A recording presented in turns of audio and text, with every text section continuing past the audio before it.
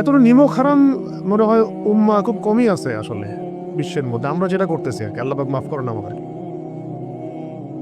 কেন এত কষ্ট তাকে করতে হলো আমাদের জন্য? তিনি তো মাকামে মাহমুদে যাবেন, জান্নাতুল ফিরদাউসুল আলায় যাবেন। তিনি আল্লাহর হাবিব, তার আগেও কোনো গুনাহ নাই, পরেও কোনো গুনাহ নাই। কিয়ামতের মাঠে কোনো নবী সুপারিশ করতে পারবেন না, তিনি সুপারিশ করবেন। কিয়ামতের মাঠে কোনো নবী সুপারিশ করতে পারবেন না। কিসের সুপারিশ জানেন? 50,000 বছর মানুষ দাঁড়ায় থাকবে, দাঁড়ায় থাকবে, দাঁড়ায় থাকবে, বিচার শুরু হচ্ছে না। আল্লাহ পাক এত নারাজ সেদিন, বিচারটা শুরু করার কথা কেউ বলতেই পারবে না আল্লাহকে। তা আল্লাহ বিচারটা অন্তত শুরু করেন, আল্লাহ বিচারটা অন্তত শুরু করেন। দাঁড়ায় থাকতে থাকতে আমাদের অবস্থা খারাপ, প্রত্যেক মানুষেরই অবস্থা হয়ে যাবে। মানে ইল্লা মাশা আল্লাহ, ইল্লা মাশা আল্লাহ। তখন প্রত্যেক নবী রিফিউজ করবেন, আমি পারবো না, আমি পারবো না, আমি পারবো না। আদম আলাইহিস সালাম বলবেন না আমি না, নূহের কাছে যাও। নূহ আলাইহিস সালাম বলবেন না আমি না, ইব্রাহিম আলাইহিস সালামের কাছে যাও। এভাবে একে একে একে একে করতে করতে রাসূল সাল্লাল্লাহু আলাইহি ওয়াসাল্লাম পর্যন্ত আসবেন যখন, তিনি বলবেন যে আমি সুপারিশ করব, আজকের এই সুপারিশ আমার জন্য। তাও মানুষ দেখবে যে রাসূল সাল্লাল্লাহু আলাইহি ওয়াসাল্লামকে সুপারিশ করানোর জন্য বোরাক নিয়ে আসা হচ্ছে উপর থেকে, আসমান থেকে। জিবরাইল আলাইহিস সালাম আসছেন, তিনি সেখানে উঠছেন, উপরে নিয়ে যাওয়া হবে। মানুষ দেখতে পারবে একটা বিশাল অট্টালিকার সামনে, আসমান এবং জমিনের মাঝখানে। এইটা হচ্ছে মাকামে মাহমুদ। এখানে গিয়ে রাসূল সাল্লাল্লাহু আলাইহি ওয়াসাল্লাম সিজদায় পড়ে যাবেন। কত বছর সিজদায় চলে যাবে আল্লাহ ভালো জানেন। এবং তিনি তখন এমন কিছু তাসবিহ পড়বেন, এমন কিছু প্রশংসা করবেন যেটা আজ পর্যন্ত কেউ আল্লাহ পাকের শানে করে নাই। আল্লাহ পাক তাকে সেটা শিখাই দিবেন, তখন ইনস্ট্যান্ট শিখাই দিবেন। তারপরে তিনি বলবেন, ওঠো আমার হাবিব, তুমি চাও কি চাবা চাও, তোমার দোয়া কবুল করা হবে, তোমার সুপারিশ কবুল করা হবে। তিনি তখন বলবেন, আল্লাহ বিচারটা অন্তত আগে শুরু কর, আগে বিচারটা অন্তত শুরু করেন। তো আমরা আসলে সত্যি কথা বলতে আমরা চিনতেই পারি নাই যে আমরা কার উম্মাহ। আফসোসের শেষ নাই, মানে বলতে থাকলে প্রসঙ্গ অন্যদিকে চলে যাচ্ছে। তো আফসোসের শেষ নাই। আপনি খেয়াল করে দেখবেন যে পিছনে লা ইলাহা ইল্লাল্লাহ মুহাম্মাদুর রাসূলুল্লাহ কালিমা লিখে মানুষ কালিমার সাথে কুফরি করতেছে। মন্ত্রণালয় খুলে বসে আছে পিছনে লা ইলাহা ইল্লাল্লাহ মুহাম্মাদুর রাসূলুল্লাহ, না লা ইলাহা ইল্লাল্লাহ সে মানে, না মুহাম্মাদুর রাসূলুল্লাহ মানে। কিন্তু লিখার কি দরকার আছে তাহলে? ওটা খুলেই ফেলে দেখ, তাহলে স্পষ্ট হবে যে তারা কাফের। এদিকে লেবেলও লাগাবে যে আমি মুসলিম, আর কাজও করবে কাফেরের মতো, যাতে যাতে ওলামায়ে কেরামদেরকে একটা দ্বিধার মধ্যে রাখা যেত আসলেই তারা মুসলিম না কাফের। ফতোয়া তো দিতে হবে একটা। তখন কাফের হলে তো এক ফতোয়া আসবে, মুসলিম হলেও এক ফতোয়া আসবে, তাই না? পিছনে লা ইলাহা ইল্লাল্লাহ, কোনো ইলাহ নাই আল্লাহ ছাড়া, মানে কোনো বিধানদাতা নাই আল্লাহ ছাড়া, কিন্তু আমরা আছি জমিনে, তাই না? বিষয়টা তো তাই। পিছনে লিখে রাখছে লা ইলাহা ইল্লাল্লাহ, কোনো ইলাহ নাই, কোনো উপাস্য নাই আল্লাহ ছাড়া। মন্ত্রণালয় সবগুলোতে ইলাহ আছে, আমরাই ইলাহ, বিধান আমরাই দিচ্ছি না। আউযুবিল্লাহি মিন যালিক। মুহাম্মাদুর রাসূলুল্লাহ মানে মুহাম্মদ সাল্লাল্লাহু আলাইহি ওয়াসাল্লাম ছাড়া কি নাই, কোনো রোল মডেল নাই আমাদের। এক কথায় কোনো রোল মডেল নাই, তিনি আমাদের একমাত্র রোল মডেল, আমাদের উসওয়াতুন হাসানা। কিন্তু জমিনে কাজ করতে গিয়ে প্রত্যেকটা ডিপার্টমেন্টে মুহাম্মদ সাল্লাল্লাহু আলাইহি ওয়াসাল্লামের তরিকাকে একদম জাদু করে রেখে দিয়ে নিজেদের সব মন করা বিধান রচনা করতেছে। কত বড় হঠকারিতা চিন্তা করছে। এই জন্য আমি বলি যে এটা অন্তত সরাই দেখ, করতে তো পারবে না তো সরাই দেখ, ওটা লেখার দরকার কি ওখানে? অ্যাটলিস্ট স্পষ্ট হবে যে হ্যাঁ তারা কাফের অথবা তারা মুনাফিক, তখন বিধান সেইভাবে বর্তাবে। তখন ফতোয়াগুলো সুন্দর স্পষ্ট আসবে, মুনাফিকদের ব্যাপারে এই ফতোয়া, স্বাধীনদের ব্যাপারে এই ফতোয়া, কাফেরদের ব্যাপারে এই ফতোয়া। এদিকে ইসলামের লেভেলও রাখবে, এদিকে কাজও করবে কুফুরির তাগুতি সিস্টেমের, মানে আল্লাহর দুশমনদের দাসত্বও করবে, জায়নিস্টদের। আবার এদিকে বলবে আমি মুসলিম। এগুলা কি? তাহলে ধর্ম নিয়ে ব্যবসা, সবচেয়ে বড় ব্যবসা কারা করে? সবচেয়ে বড় ধর্ম ব্যবসা কারা করে? রাজনীতিবিদরাই করে সবচেয়ে বড় ধর্ম ব্যবসা। সবচেয়ে বড় ধর্মকেন্দ্রিক যে মানুষের সাইকোলজি নিয়ে খেলা, এটা সবচেয়ে বড় ব্যবসাটা করে পলিটিশিয়ানরাই। ধর্মকে তারা ভোট পাওয়ার মানদণ্ড হিসেবে গ্রহণ করছে। এটার মানে এই না যে ইসলামিক রাজনীতি করা যাবে না, এটা অন্য আলোচনা। কিন্তু এদিকে আপনি আল্লাহর কালিমাও রাখবেন, জমিনের মধ্যে আপনি আবার কুফরি আচরণও করবেন, এটা তো মানা যায় না।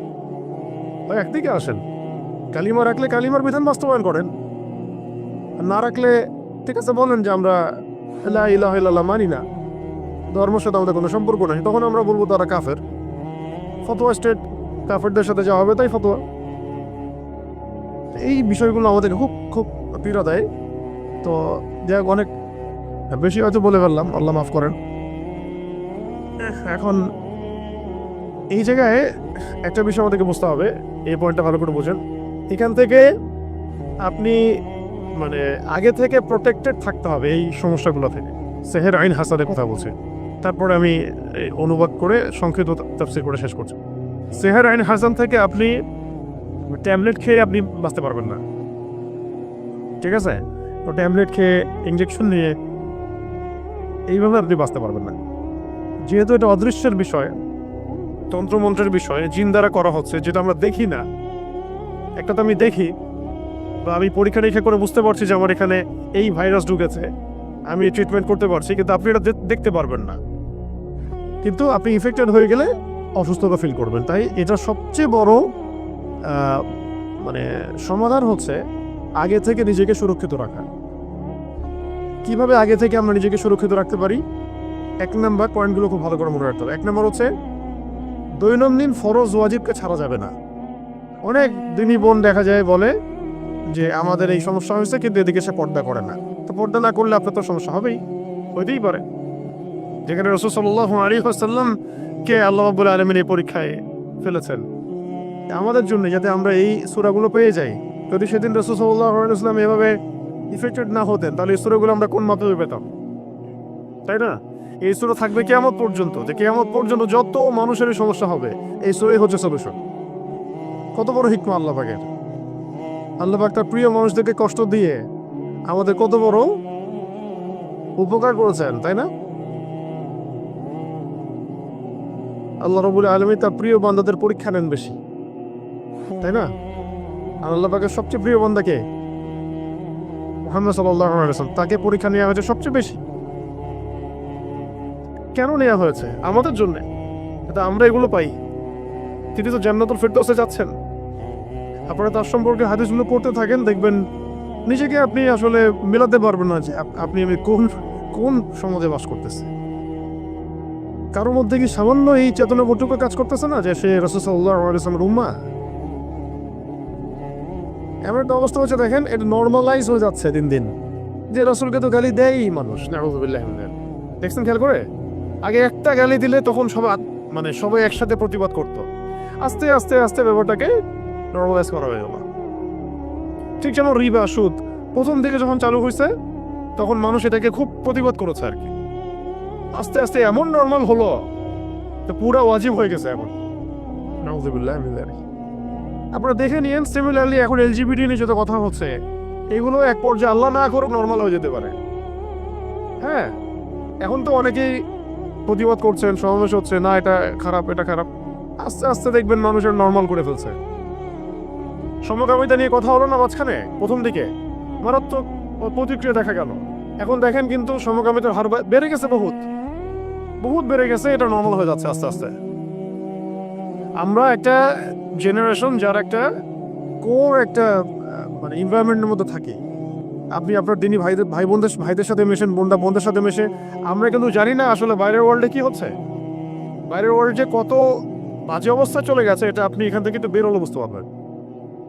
ওই ওয়ার্ল্ডগুলোর কিছু মানুষের সাথে মিশলে বুঝতে পারবেন কোন জায়গায় চলে গেছে দুনিয়া এখন। আরও আছে ব্যাপার, এই যে এখন একটা ইস্যু আসছে, ওই পশ্চিমাদের মানবাধিকার, সোকল্ড ওদের বানানো শব্দ, সোকল্ড মানবাধিকার অফিস। এখন প্রতিবাদ হচ্ছে, কিছু কথা হচ্ছে, দেখবেন যদি প্রতিষ্ঠা হয়ে যায় নর্মাল হয়ে যাবে আস্তে আস্তে। এরকম মানবাধিকার ওদের ফিলিস্তিনে নাই, মানবাধিকার কমিশন সে খুলতে পারে না, হ্যাঁ, ইয়েমেনে খুলতে পারে না।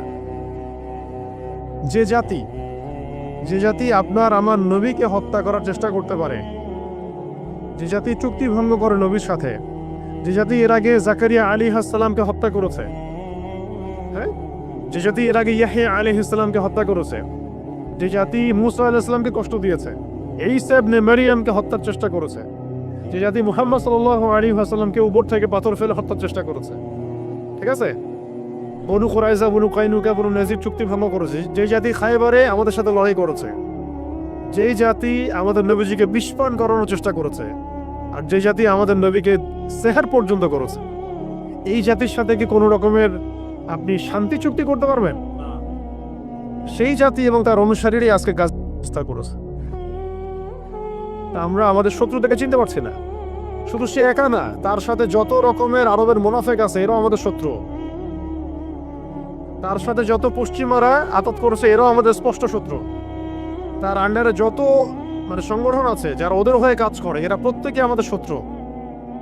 এমনকি তাদের সাথে যে মুশরিকরা ঐক্যবদ্ধ হয়েছে এখন, তাদের কেউ কেউ আমাদের বাড়ির পাশেও আছে, এরাও আমাদের স্পষ্ট শত্রু। এদের সবার এজেন্ট একটাই, তারা পুরো বিশ্ব থেকে তাওহীদ পন্থীদেরকে মিটিয়ে ফেলতে চায়। মুহাম্মদ সাল্লাল্লাহু আলাইহি ওয়াসাল্লামের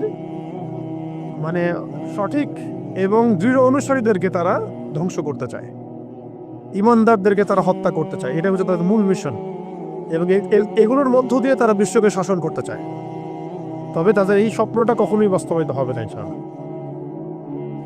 কারণ ঠিক এই মুহররম মাসের আশুরায় এটার দলিল আছে মজুদ। ঠিক যেভাবে আল্লাহ রাব্বুল আলামিন ফেরাউনের বাসায় মূসাকে বড় করেছেন আলাইহিস সালাম, দেখবেন আল্লাহ রাব্বুল আলামিন ওইভাবেই এই শাম অঞ্চলের মধ্যে ইমাম ঢুকাই দিবেন, ওদের ঘরের মধ্যেই ইনশাআল্লাহ। ফেরাউনের ঘরে যেভাবে কে মানুষ হয়েছে মূসা আলাইহিস সালাম, এইভাবে আল্লাহ রাব্বুল আলামিন এই বাইতুল মুকাদ্দাসের মধ্যে ইমামকে ঢুকাই দিবেন। ওরা বুঝতেও পারবে না ইনশাআল্লাহ। এটা বাস্তব, দেখেন এরকমই হবে ইনশাআল্লাহ। আর যেভাবে আল্লাহ রাব্বুল আলামিন একটা জায়গায় একত্রিত করে ফেরাউন এবং তার অনুসারীদেরকে ডুবিয়ে মেরেছেন, ঠিক একইভাবে আল্লাহ রাব্বুল আলামিন এই জামানার যত ফেরাউন আছে, এই জামানার এই যুগের যত ফেরাউন, এই যুগের যত জালেম এবং এই জালেমদের সহযোগী সবাইকে আল্লাহ পাক এই হোলি ল্যান্ডে একত্রিত করছেন, যাতে একসাথে এদেরকে ধ্বংস করা যায়। এটা ইতিহাস লিখিত হয়ে গেছে। এটা আমি এই জন্য বললাম, যাতে মুসলিমরা আমরা যেন কখনো হীনমন্যতা না ভোগেন, যে কি হচ্ছে কি হচ্ছে ইরাকে, সিরিয়ায় আমরা মনে হয় দুর্বল। এগুলো হচ্ছে আল্লাহ রাব্বুল আলামিনের মাস্টার প্ল্যান। সাফল্য দুইভাবে আসে, এক হচ্ছে শাহাদাতের মাধ্যমে, এক হচ্ছে গাজী হওয়ার মাধ্যমে। যে ভাইরা শাহাদাত পাচ্ছেন তারা শাহাদাত বরণ করার মধ্য দিয়ে সফল হচ্ছেন, আর যে ভাইরা গাজী হবেন তারা জয়লাভ করে সফল হবেন। দুটোই সফলতার রাস্তা আমাদের জন্য। আমাদের সামনে লস বলে কোনো প্রজেক্ট নাই। আমাদের সামনে কি নাই? লস বা ক্ষতি বলে কোনো প্রজেক্ট নাই। তো এই ছিল ওদের চরিত্র। এই কারণে আমি এতগুলো কথা এই কারণে বললাম যে ওদের ব্যাপারে যেন সচেতন থাকি আমরা। ওদের এজেন্ডা, ওদের রাজনৈতিক ভিশন, ওদের অর্থনৈতিক এই ফাঁকফোকরগুলো, সামাজিক ওদের যে ফিতনাগুলা, ওদের ইন্টারনেটের ফিতনাগুলা, মিডিয়ার ফিতনা, ওদের প্রযুক্তিগত ফিতনা, এবং ওদের যে বৈশ্বিক একটা ট্র্যাপ আছে, এগুলো সম্পর্কে যেন আমরা সচেতন থাকি। কোনো অবস্থায় যেন এগুলোতে পা না দেই। কারণ তারা আমাদের নবীকে পর্যন্ত ছাড়ে নাই। এটা মনে রাখবেন, যে আপনার নবীকে ছাড়ে না সে আপনাকে ছাড়বে কিভাবে? যে আপনার নবীকে ছাড়ে নাই সে আপনাকে ছাড়বে? আল্লাহ রাব্বুল আলামিন তখন নাজিল করলেন সূরা ফালাক এবং নাস। আল্লাহ পাক, আমি এখন অনুবাদ করে দিচ্ছি, আপনারা এটা অনুবাদ জানা থাকলে নামাজে আপনি পড়ার সময় মনোযোগটা বেশি পাবেন। আল্লাহ পাক প্রথমে বলছেন কুল, হে নবী আপনি বলুন। মুখস্থ আছে না সবার? আল্লাহ পাক বলছেন কুল, হে নবী আপনি পড়ুন। কি পড়ুন? আপনি পড়ুন আউযু বিরাব্বিল ফালাক, আউযু বিরাব্বিল ফালাক। আউযু মানে আমি আশ্রয় প্রার্থনা করছি, কুল মানে বলুন, আউযু মানে আমি আশ্রয় প্রার্থনা করছি, বিরব্বি মানে রবের নিকটে, বিরব্বি মানে রবের নিকটে, আল ফালাক মানে হচ্ছে সকাল, আল ফালাক মানে সকাল। একটা আগে ওয়ার্ড বাই ওয়ার্ড শিখেন। কুল মানে বলুন, কুল মানে আউযু মানে আমি আশ্রয় প্রার্থনা করছি, এক বচন। আউযু মানে আমি আশ্রয় প্রার্থনা করছি, আর নাউযু মানে আমরা আশ্রয় প্রার্থনা করছি, বিরব্বি রবের নিকটে, আল ফালাক মানে সকাল। আপনি বলুন হে নবী আমি সকালের রবের নিকটে আশ্রয় প্রার্থনা করছি। সকালের রব কেন বলা হচ্ছে? সমস্ত অন্ধকার দূর করে দেয় কি? সকাল। ঠিক তেমনি সমস্ত বিপদ আপদ বলা মুসিবত সমস্ত অন্ধকার কে দূর করবেন? আল্লাহ পাক বলছেন এখানে রব্বিল ফালাক, সকালের রব, প্রভাতের রব। তো ইনশাআল্লাহ এই উম্মারও প্রভাত সামনে আসবে ইনশাআল্লাহ। এই সমস্ত অন্ধকার কেটে যাবে কার হুকুমে? রব্বিল ফালাক। এই জন্য আমরা বলবো কুল আউযু বিরব্বিল ফালাক, আমি সকালের রবের কাছে আশ্রয় প্রার্থনা করছি, প্রভাতের রবের নিকটে আশ্রয় প্রার্থনা করছি। কি থেকে? মিন শাররি মা খালাক, মিন মানে হতে বা থেকে, শার মানে হলো ক্ষতি, শার মানে ক্ষতি, মা মানে যা কিছু, মা মানে যত কিছু, আর খালাকা মানে তিনি সৃষ্টি করেছেন, খালাকা মানে তিনি সৃষ্টি করেছেন। তাহলে তিনি যত কিছু সৃষ্টি করেছেন সমস্ত সৃষ্টির ক্ষতি থেকে আমি আল্লাহর কাছে আশ্রয় প্রার্থনা করছি। মানে আল্লাহ মানে সকালের রবের কাছে আশ্রয় প্রার্থনা করছি। এই একটা সেন্টেন্সের মধ্যে সব পড়ে গেছে, আপনার সেহের, আপনার আইন, আপনার হাসাদ, যত রকমের রোগ ব্যাধি, বিপদ আপদ, বালা মুসিবত সব পড়ে গেছে। এই জন্য একটা হাদিসে আসছে, কেউ যদি কোনো স্থানে অবতরণ করে, তাহলে আপনি এখানে বসে আছেন বা বাসায় গেলেন বা যে কোনো জায়গায় গেলেন এবং নেমেই বললেন বা ওখানে থাকতে থাকতে বললেন যে আউযু বিকালিমাতিল্লাহি তাম্মাতি মিন শাররি মা খালাক। আউযু মানে আমি আশ্রয় প্রার্থনা করছি, বিকালিমাতিল্লাহি তাম্মাতি মানে আল্লাহ পাকের সমস্ত পরিপূর্ণ কালিমাগুলোর মাধ্যমে। আল্লাহ পাকের যত পরিপূর্ণ কালিমাগুলো আছে, বাক্যগুলো আছে, এগুলোর সংখ্যা কত হবে আমরা তো জানি না, ইনফিনিটিভ। কত কালিমা আল্লাহ পাকের আছে না, আমরা তো জানিও না, জানি অন্য কিছু। এই সমস্ত কালিমাগুলোর মাধ্যমে আমি আল্লাহর কাছে আশ্রয় প্রার্থনা করছি মিন শাররি মা খালাক, তিনি যা কিছু সৃষ্টি করেছেন সব কিছুর ক্ষতি থেকে, মানুষের ক্ষতি, জিনের ক্ষতি, ঠিক আছে, তারপরে জালেম বাদশার ক্ষতি, ঠিক আছে, রাতের অন্ধকারের ক্ষতি, জাদুর ক্ষতি, সেহের, আইন, হাসাদের ক্ষতি, জটিল রোগ ব্যাধির ক্ষতি, মহামারীর ক্ষতি, কত ক্ষতি হিসেব করা যাবে, শেষ করা যাবে? যত রকম ক্ষতি আছে সমস্ত ক্ষতি থেকে আমি আল্লাহর কাছে আশ্রয় প্রার্থনা করছি। এটা যদি কেউ পড়ে, কোনো জায়গায় পড়ে, রাসূল সাল্লাল্লাহু আলাইহি ওয়াসাল্লাম বলছেন ওখান থেকে যাওয়ার আগ পর্যন্ত কোনো কিছু তাকে কোনো ক্ষতি করতে পারবে না, আকস্মিক তার কোনো বিপদ আপদ হবে না ইনশাআল্লাহ। ঠিক আছে, এই দোয়াটা মুখস্থ করবেন, আউযু বিকালিমাতিল্লাহি তাম্মাতি মিন শাররি মা খালাক, আউযু বিকালিমাতিল্লাহি তাম্মাতি মিন শাররি মা খালাক। অনেক স্ট্রং একটা দোয়া, সকালে 3 বার পড়তে পারেন, সন্ধ্যায় 3 বার পড়তে পারেন, এছাড়াও যখন ইচ্ছা তখন পড়তে পারেন। অনেকে বাচ্চাদের ব্যাপারে আমাদের কাছে বলেন দোয়া করেন হুজুর, চারফুক দেন, ঠিক আছে, আপনি নিজেই করবেন। আউযু বিকালিমাতিল্লাহি তাম্মাতি না বলে বলবেন উঈযুকা, যদি আপনার একটা ছেলে হয় তাহলে বলবেন উঈযুকা, যদি একটা মেয়ে হয় তাহলে বলবেন উঈযুকি, আর যদি একটা ছেলে একটা মেয়ে হয় বলবেন উঈযুকুমা, আর যদি অনেকগুলো বাচ্চাকে একসাথে ঝাড়ফুঁক করতে চান বলবেন উঈযুকুম। 4টা ক্ষেত্র বললাম, ঠিক আছে। একটা ছেলে হলে কি বলবেন উঈযুকা বিকালিমাতিল্লাহি তাম্মাতি মিন শাররি মা খালাক, দিয়ে ফুটিয়ে দিবেন। একটা মেয়ে আছে আপনার, একজন মেয়ে আসছে বলবেন উঈযুকি বিকালিমাতিল্লাহি তাম্মাতি মিন শাররি মা খালাক। একটা ছেলে একটা মেয়ে বসে আছে আপনার, বলুন উঈযুকুমা বিকালিমাতিল্লাহি তাম্মাতি মিন শাররি মা খালাক, ফুটিয়ে দিবেন। ইমাম হাসান এবং হুসাইন রাদিয়াল্লাহু আনহুমা তারা নবী সাল্লাল্লাহু আলাইহি ওয়াসাল্লামের কাছে আসতেন, খেলাধুলা করতেন, ঘাড়ে উঠতেন, পায়ে বসতেন, কোলে বসতেন, তিনি আদর করে বলতেন উঈযুকুমা বিকালিমাতিল্লাহি তাম্মাতি মিন শাররি মা খালাক, ফু দিয়ে দিতেন। এগুলো মাসনুন তরিকা, এগুলো করলে বাচ্চা দেখবেন যে ভালো আছে, সুস্থ আছে, ভালো আছে, নিরাপদে আছে, আল্লাহ পাক ফেরেশতা দিয়ে হেফাজত করবেন ইনশাআল্লাহ। ঠিক আছে, এখন এটা একটা, আরো দোয়া আছে, অনেক দোয়া আছে, ওইগুলো এক বৈঠকে বললে মনে রাখতে পারবেন না। এই যে একটা কিতাব আছে হিসনুল মুসলিম, এটা বাসায় রাখতে পারেন, আর একটা আছে হিসনে হাসিন, হিসনে হাসিন, এটাও সুন্দর, মাশাআল্লাহ চমৎকার, এটা রাখতে পারেন। এগুলোর মধ্য দিয়ে এগুলো শিখতে পারবেন ইনশাআল্লাহ। তো আমরা শিখলাম যে কুল আউযু বিরাব্বিল ফালাক মানে বলুন হে নবী আমি আশ্রয় প্রার্থনা করছি প্রভাতের রবের কাছে, মিন শাররি মা খালাক সমস্ত, তিনি যা কিছু সৃষ্টি করেছেন তার সমস্ত কিছুর ক্ষতি থেকে, তিনি যা সৃষ্টি করেছেন তার সমস্ত কিছুর ক্ষতি থেকে আমি আশ্রয় প্রার্থনা করছি। আচ্ছা, তারপরে আল্লাহ পাক বলছেন ওয়া মিন শাররি গাসিকিন ইযা ওয়াকাব, মুখস্থ আছে তো নাকি? ওয়া মিন শাররি গাসিকিন ইযা ওয়াকাব, ওয়া মানে এবং, ওয়া মানে এবং, মিন মানে হতে বা থেকে, শার মানে কি ক্ষতি, শার মানে ক্ষতি, একজন ভলান্টিয়ারকে ডাক, শার মানে ক্ষতি। আবার বলছি, কোথায় ছিলাম? ওয়া মিন শাররি গাসিকিন ইযা ওয়াকাব, ওয়া মানে এবং, ওয়া মানে এবং, মিন মানে হতে বা থেকে, শার মানে ক্ষতি, ওয়াবিন শারি মানে ক্ষতি থেকে, গাসিক, গাসিক মানে হচ্ছে রাত, গাসিক মানে রাত, এই যে অন্ধকার রাত এটাকে বলা হয় কি গাসিক। ইদা মানে যখন, ইদা মানে যখন, আর ওয়াকাবা মানে তা গভীর হয়, তা ঘনীভূত হয় বা গভীর হয়, মানে রাতের অনিষ্ট বা ক্ষতি থেকে যখন তা গভীর হয়। তাহলে প্রথমে আশ্রয় চাওয়া হলো সমস্ত সৃষ্টি থেকে, তারপরে আশ্রয় চাওয়া হচ্ছে স্পেশালি সমস্ত সৃষ্টির মধ্যে স্পেশালি রাতের ক্ষতি থেকে যখন সেটা গভীর হয়। তার মানে বুঝতে পারলাম যে রাতের মধ্যে অনেক ক্ষতি আছে। রাতের মধ্যে কি আছে? এমন অনেক ক্ষতি আছে যেগুলো আমরা দেখি না। একটা হাদিসে নবীজি বলেছেন